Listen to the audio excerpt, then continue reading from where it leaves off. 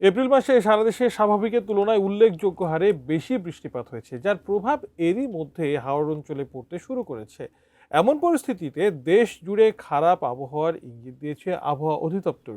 মে মাসে দেশ জুড়ে তীব্র তাপপ্রবাহের পাশাপাশি কালবৈশাখী সহ ধেয়ে আসছে ঘূর্ণিঝড়। চলতি মাসের আবহাওয়া নিয়ে বিস্তারিত জানাচ্ছেন শেখ ফরিদ।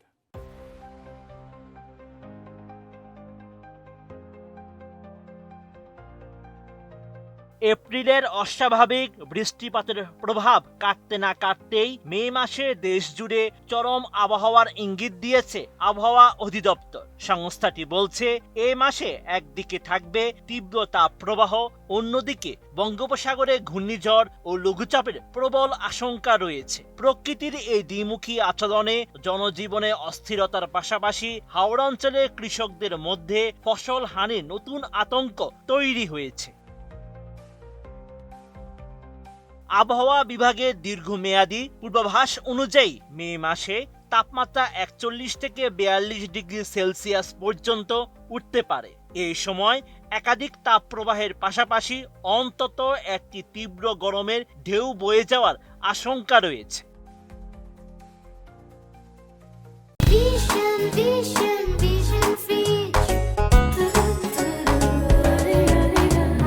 ঘূর্ণিঝড় নিয়ে সংস্থাটি জানিয়েছে মে মাসে বঙ্গোপসাগরে 1 থেকে 2টি লঘুচাপ সৃষ্টি হতে পারে। এর মধ্যে অন্তত একটি নিম্নচাপ ঘূর্ণিঝড়ের রূপ নিতে পারে বলে আশঙ্কা করা হচ্ছে, ফলে উপকূলীয় এলাকায় ঝুঁকি বাড়তে পারে। কালবৈশাখী ঝড় নিয়ে আবহাওয়া অধিদপ্তর জানায় মে মাসে 5 থেকে 8 দিন হালকা থেকে মাঝারি বৃষ্টি, 2 থেকে 3 দিন কালবৈশাখী ঝড় এবং এর সঙ্গে শিলাবৃষ্টি ও বজ্রসহ বৃষ্টির সম্ভাবনা রয়েছে।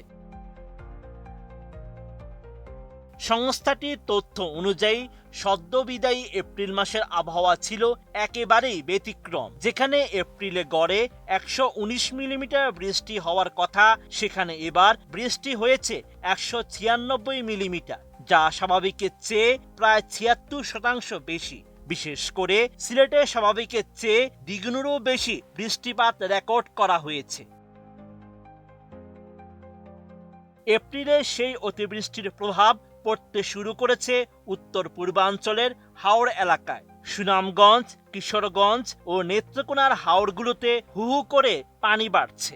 বোরো ধান কাটার এই শেষ সময়ে হঠাৎ পানি বেড়ে যাওয়ায় অনেক জায়গায় ফসল তলিয়ে যাওয়ার খবর পাওয়া যাচ্ছে।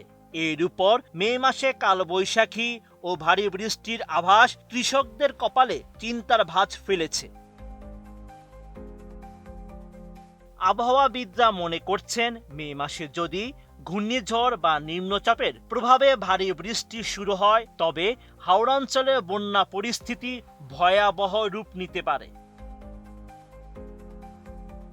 Sheikh Farid, ATN news.